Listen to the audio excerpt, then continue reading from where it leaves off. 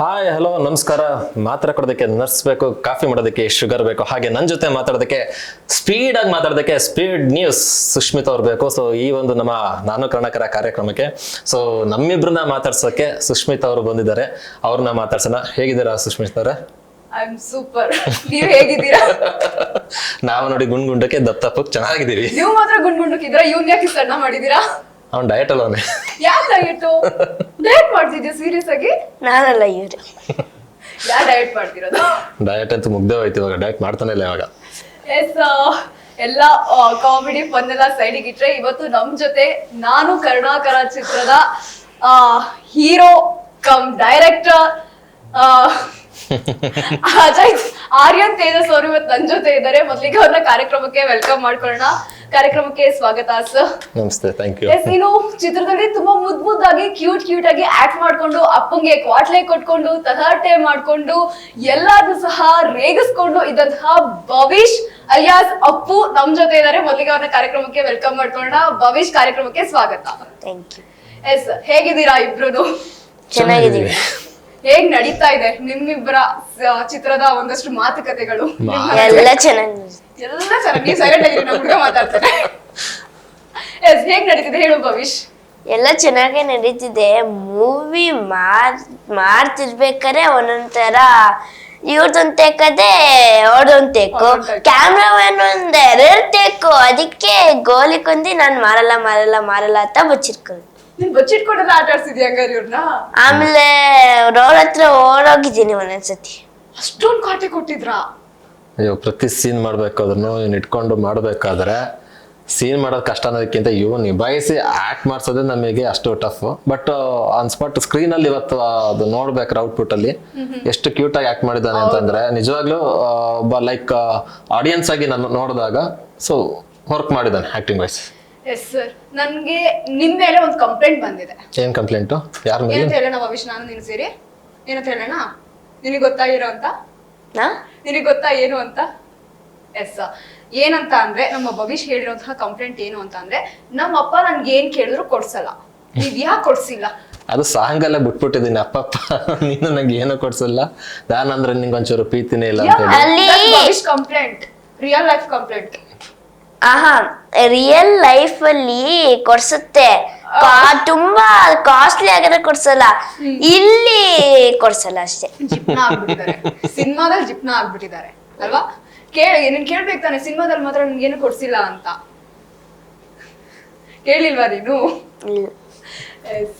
Sir, ಇನ್ನು ನೀವು ಕರುಣಾಕರ ಏನು ಈ ಚಿತ್ರವನ್ನ ಮಾಡ್ಬೇಕು ಅಂತ ನಿಮಗೆ ಏನಕ್ಕೆ ಅನ್ಸಿದ್ದು?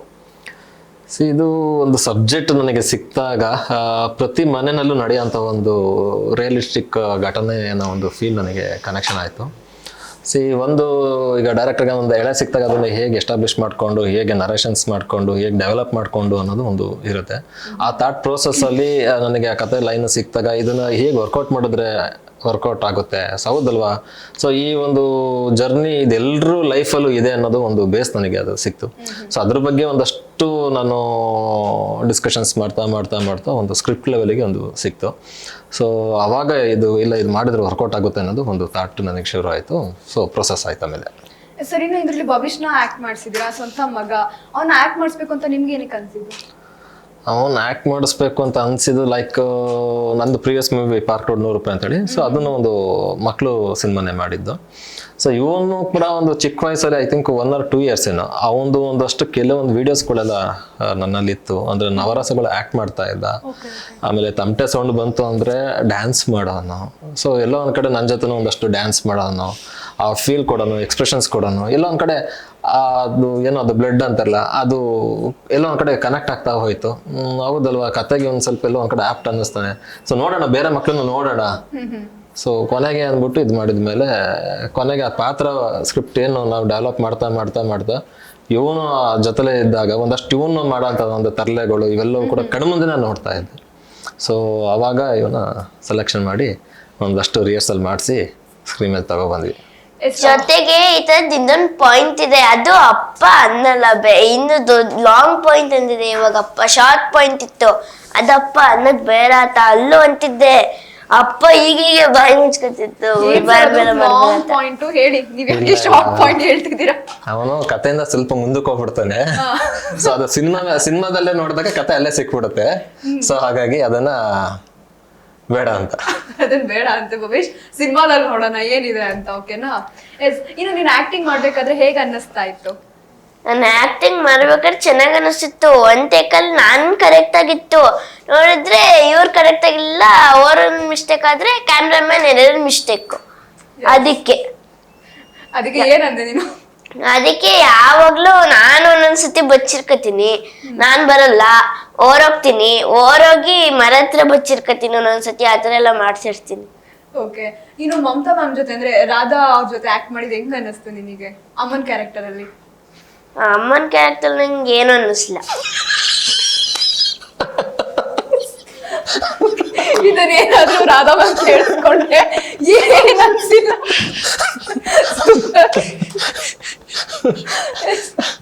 ಓಕೆ, ನಮ್ದು ಕೇಳಿ ನಮ್ದೇನು ಅನಿಸ್ತು ಅದನ್ನ ಹೇಳ್ತಾನೆ. Yes sir. ಇನ್ನು ವೆರಿ ಹೆಂಗೆ ಅಂದ್ರೆ ಫ್ಯಾಮಿಲಿ ಡ್ರಾಮಾ ಅಂತ ಈಗಾಗಲೇ ಗೊತ್ತಾಯ್ತು ಮೂವಿ. ಬಟ್ ಎಕ್ಸ್ಟ್ರೀಮ್ ಲೈಕ್ ಹೆಂಗಂದ್ರೆ ಸ್ವಲ್ಪ ರೊಮ್ಯಾಂಟಿಕ್ ಆಗಿರುವಂತಹ ಸೀನ್ಗಳಾಗಿರ್ಬೋದು, ಇವೆಲ್ಲವೂ ಇದೆ. ಈ ಸೀನ್ಗಳೆಲ್ಲ ಮಾಡ್ಬೇಕಾದ್ರೆ ನಿಮಗೆ ಹೇಗೆ ಅನಿಸ್ತು? ಹೇಗೂ ಅನ್ಸಿಲ್ಲ ಮೇಡಮ್, ಮಾಡ್ತಾ ಇದ್ದೆ ಅಷ್ಟೇ. ಜೀನ್ಸ್ ಅಲ್ಲಿಂದ ಇಲ್ಲೇ ಇದೆ, ಇಲ್ಲಿಂದ ಅಲ್ಲಿದೆ. ಸೊ ಆಕ್ಟ್ ಅಂದ್ಮೇಲೆ ನಾರ್ಮಲ್ ಆಕ್ಟ್ ಮಾಡ್ತಾ ಇದ್ವಿ ಅಷ್ಟೇನೆ. ಸೊ ಆ ಪಾತ್ರ ಆಗ್ತಾ ಇದ್ವಿ ಅಷ್ಟೇನೆ. ಓಕೆ ಸರ್, ಇಲ್ಲಿ ಎಲ್ಲಾರ್ಗು ಕ್ವಶನ್ ಮಾರ್ಕ್ ಏನಂತ ಅಂದ್ರೆ, ಹೀರೋ ಆಗಿ ಆಕ್ಟ್ ಮಾಡಿದ್ರ ಓಕೆ, ಡೈರೆಕ್ಷನ್ ಬೇಕಿತ್ತಾ? ಖಂಡಿತ ಮೇಡಮ್. ಸೊ ಇವಾಗ ಹೆಂಗೆ ಒಬ್ಬ ಪ್ಲೇಯರು ಬೌಲಿಂಗು ಮಾಡ್ತಾರೆ, ಬ್ಯಾಟ್ಸ್ಮನ್ ಆಗಿರ್ತಾರೆ, ಅಥವಾ ಕೀಪರ್ ಆಗಿರ್ತಾರೆ, ಬ್ಯಾಟ್ಸ್ಮನ್ ಆಗಿರ್ತಾರೆ. ಸೊ ಒಂದಕ್ಕೆ ಸೀಮಿತ ಇಲ್ಲ. ಅಂದ್ರೆ ಅದು ನನಗೆ ಕೇಪೇಬಲ್ ಇತ್ತು ಅಂತ ಅಂದ್ರೆ ನಾನು 4 ಕೆಲಸನೂ ಮಾಡ್ಬೋದು. ಸೊ ಆ ಸಾಮರ್ಥ್ಯ ಬೇಕು ಮೇಡಮ್, ಅದಿದ್ದಾಗ ನಾನು ಮಾಡ್ಬೋದು. ಸೊ ಯಾಕಂದ್ರೆ ಯೂಶಲಿ ಎಷ್ಟೋ ನಿಮ್ಮ ಟಿವಿ ಚಾನಲ್ಸ್ ಕ್ಯಾಮ್ರಾಗಳೇ ನೋಡ್ತಾ ಇರ್ತೀನಿ, ಕ್ಯಾಮ್ರಾ ಹಿಂಗೆ ಇಟ್ಟಿರ್ತಾರೆ, ಮೈಕ್ ಹಿಂಗೆ ಇಟ್ಟಿರ್ತಾರೆ, 2 ಕೆಲಸ ಒಬ್ಬರೇ ಮಾಡ್ತಿರ್ತಾರೆ. ಸೊ ಅದು ಕೇಪಬಲ್ ಅದು.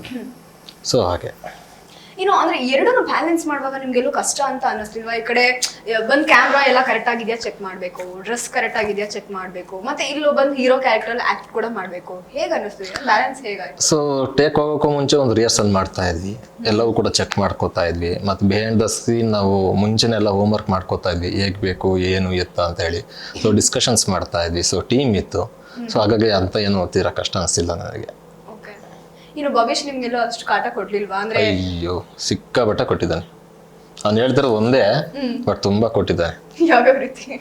ಅದನ್ನ ಇದೇ ತರ ಟಾರ್ಚರ್ ಆಕ್ಟ್ ಮಾಡಲ್ಲ ಅಂತಾನೆ, ಇಲ್ಲ ಅಂದ್ರೆ ಅವನು ಎಡಿಟಿಂಗ್ ಹೇಳೋದಕ್ಕೆ ಶುರು ಮಾಡ್ಬಿಡ್ತಾನೆ. ಸಂತೋಷ್ ಅಂಕಲ್ ನಂಗೆ ಯಾವ್ದೋ ಏನೇನೋ ಕುರ್ಸಿ ಸಮಾಧಾನ ಮಾಡಿಸ್ತಾರೆ.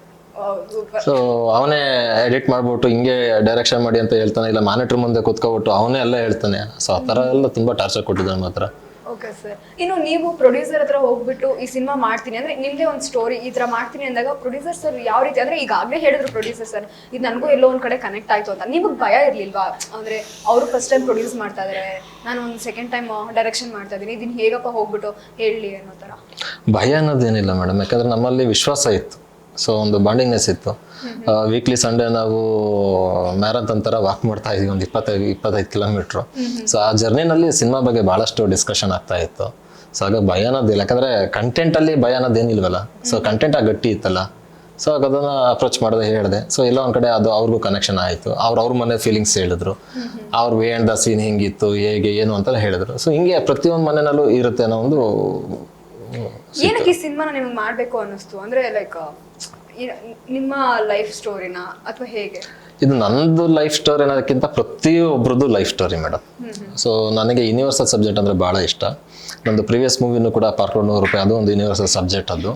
ಸೊ ನಮ್ಮ ಸಬ್ಜೆಕ್ಟ್ ಹೆಂಗೆ ಅಂತಂದರೆ ಮೇಡಮ್, ಮಾಡೋ ಸಿನಿಮಾ ಥಿಯೇಟ್ರಿಗೆ ಎಲ್ಲರೂ ಬರ್ಬೇಕು, ಎಲ್ಲ ಆಡಿಯನ್ಸು ಬರ್ಬೇಕು. ಅದು ಒಂದು ವರ್ಗಕ್ಕೆ ಮಾಡೋದಕ್ಕೆ ನನಗೆ ಅಷ್ಟು ಇಷ್ಟ ಆಗಲ್ಲ. ಸೊ ಇದೆಲ್ಲೋ ಒಂದು ಕಡೆ ಕನೆಕ್ಷನ್ಸು ಮತ್ತು ಎಲ್ರದ್ದು ಒಂದು ಟ್ರೂ ಇನ್ಸಿಡೆಂಟು ನಡೆಯುತ್ತೆ. ಸೊ ಹಾಗಿರ್ತವೆ. ಸೊ ನಾನು ಒಂದಷ್ಟು ಕಥೆಗಳು ಕೇಳಿದಾಗ, ಅವ್ರ ಫೀಡ್ಬ್ಯಾಕ್ ತೊಗೊಂಡಾಗ ಎಲ್ಲೋ ಒಂದು ಕಡೆ ಕನೆಕ್ಷನ್ ಆಗಕ್ಕೆ ಶುರು ಆಯಿತು. ಸೊ ಹಂಗಾಗಿ ತೊಗೊಂಡೋದೆ. ಸರ್, ಇನ್ನು ಏನು ಸಾಕಷ್ಟು ಜನ ಲೆಜೆಂಡರಿ ಆಕ್ಟರ್ಸ್ ನಿಮ್ಮ ಸಿನಿಮಾದಲ್ಲಿ ಇದ್ದಾರೆ, ಅದ್ರ ಜೊತೆಗೆ ಸಾಕಷ್ಟು ಜನ ಹೊಸಬ್ರು ಇದ್ದಾರೆ. ಹೇಗೆ ಅನ್ನಿಸ್ತು ಎಲ್ಲಾನು ಮೇಂಟೈನ್ ಮಾಡೋದು? ದೊಡ್ಡವ್ರಿಗೆ ಏನಾದ್ರು ಹೇಳ್ಬೇಕು ಅಂದ್ರೆ ಒಂದ್ ಸ್ವಲ್ಪ ಏನ್ ಇವ್ರು ಹೇಳೋದು ಈ ತರ ಏನು ಬರ್ಲಿಲ್ಲ. ಇಲ್ಲ, ಕರಿಸುಪ್ ಸರ್ ಬಗ್ಗೆ ಒಂದು ಮಾತು ಹೇಳ್ಬೇಕು ಅಂತಂದ್ರೆ ಒಂದ್ಸಲ ಫೋನ್ ಮಾಡ್ತೀನಿ. ಆಕ್ಚುಲಿ ಅವ್ರ ಹತ್ರ ನಾವು ಮಾತಾಡಿದಾಗ, ಕತೆ ಎಲ್ಲ ಹೇಳಿದಾಗ ಅವರು ಕೂಡ ಇದು ನಂದೇ ಪಾತ್ರ, ಇದು ನನ್ನ ನಿಜ ಜೀವನದಲ್ಲಿ ನಾನು ಇದೇ ಪಾತ್ರ ನಾನು ಮಾಡಿದವನು, ಸೊ ಇದೆಲ್ಲ ನನಗೆ ಕನೆಕ್ಟ್ ಆಗ್ತಾ ಇದೆ ಅಂತ ಹೇಳಿದ್ರು. ಸೊ ನನಗೂ ಕೂಡ ಅವರು ಸೀನಿಯರ್ ಆ್ಯಕ್ಟ್ರು, ನನಗೆಲ್ಲ ಒಂದು ಕಡೆ ಇತ್ತು. ಆಮೇಲೆ ಫೋನ್ ಮಾಡಿದೆ ಸರ್ಗೆ. ನಾನು ಯೂಶಲಿ ರಾಯರೇ ಅಂತ ಅವ್ರಿಗೆ ಕರಿತೇನೆ. ರಾಯರೇ ನಿಮಗೆ ಫುಡ್ಡು ಹೇಗೆ ಏನು ಅಂತ.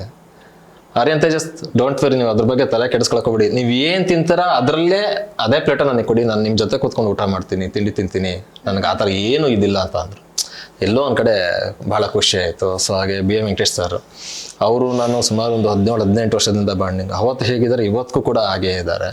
ಇನ್ನು ಅವರು ಕೂಡ ಅಷ್ಟೇ ಸಪೋರ್ಟ್ ಮಾಡಿದರು. ಅಪೂರ್ವ ಮೇಡಮು ಕೂಡ ಅಷ್ಟೇ, ಅವರು ಕೂಡ ತುಂಬ ಸಪೋರ್ಟ್ ಮಾಡಿದರು. ಆಮೇಲೆ ಎಮ್ ಕೆ ಮಠ ಸರು ಕೂಡ, ಅವರು ಅವತ್ತು ಮಂಗಳೂರಿಂದ ಬಂದು ನಮಗೆ ಮಾಡಿಕೊಟ್ರು.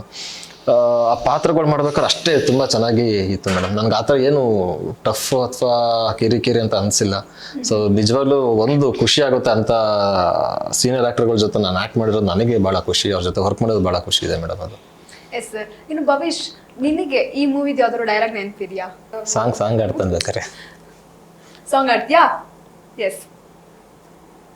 ಅಪ್ಪಪ್ಪ ನೀನು ನಂಗೆ ಏನೋ ಕೊಡ್ಸಲ್ಲ, ನಾನಂದ್ರೆ ನಿಂಗೊಂಚೂರು ಪ್ರೀತಿನೇ ಇಲ್ಲ, ಯಾವಾಗ್ಲೂ ಹೀಗೇನೆ ಏನ್ ಕೊಸಿದೂನುವ ಕೊಡ್ಸಿಲ್ಲ ಅಂತ ಹೇಳ್ತಾ ನನ್ ಕಂದ.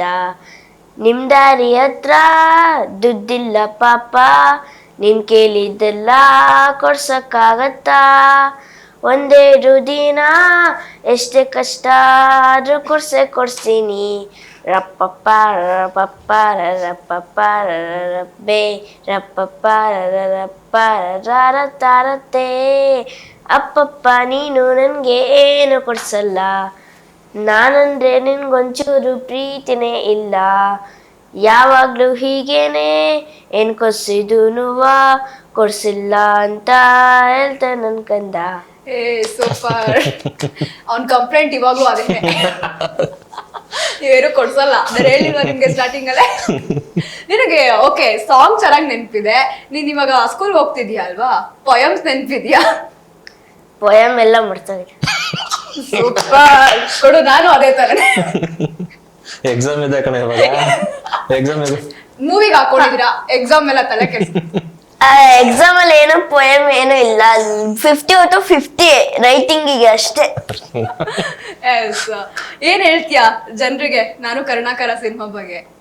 ನಾನು ಕರುಣಾಕರ ಸಿನಿಮಾ ಬಗ್ಗೆ 10/10 ಕೊರಿತಾ ಇಷ್ಟಪತ್ತಿ ನೋಡಿ. ಹೇಗೋ ನಿಮ್ಮನೇಲೂ ಈ ತರನೇ ನೆರೀತಿರ್ತವೆ, ನಿಮ್ಮನೆಲ್ಲ ಮಕ್ಳು ಇರ್ತಾರೆ ಈ ತರನೇ ಹಠ ಮಾಡ್ತಿರ್ತಾರೆ. ಫ್ಯಾಮಿಲಿ ಜೊತೆ ನೋಡಕ್ ಸಖತ್ತಾಗಿರುತ್ತೆ. ಹೋಲ್ ಫ್ಯಾಮಿಲಿ ಬಂದ್ ನೋಡಿ, ಮಕ್ಳಿಗೆಲ್ಲರಿಗೂ ಫ್ರೀ, ಸ್ಕೂಲಿಗೆಲ್ಲ ಟಿಕೆಟ್ ಕೊಡ್ತೀವಿ. ವಾವ್ ಸೂಪರ್ ಆಫರ್ ಸ್ಟೂಡೆಂಟ್ಸ್ಗೆ. ಅದು ಭವಿಷ್ ಕಡೆಯಿಂದ ಎಲ್ಲಾರು ಡೈರೆಕ್ಟ್ ಥಿಯೇಟರ್ ಹೋಗಿ ಸಿನಿಮಾ ನೋಡಿ. Okay yes. ಇದು ನಿಮ್ ಕಡೆಯಿಂದ ಕರುಣಾಕರ ಮೂವಿ ಬಗ್ಗೆ ಜನರಿಗೆ ಏನ್ ಹೇಳ್ತೀರಾ? ಕರುಣಾಕರ ಸಿನಿಮಾ ಇದು ನಮ್ಮ ಸಿನಿಮಾ ಅನ್ನೋದಕ್ಕಿಂತ ಅವ್ರ ಸಿನಿಮಾ.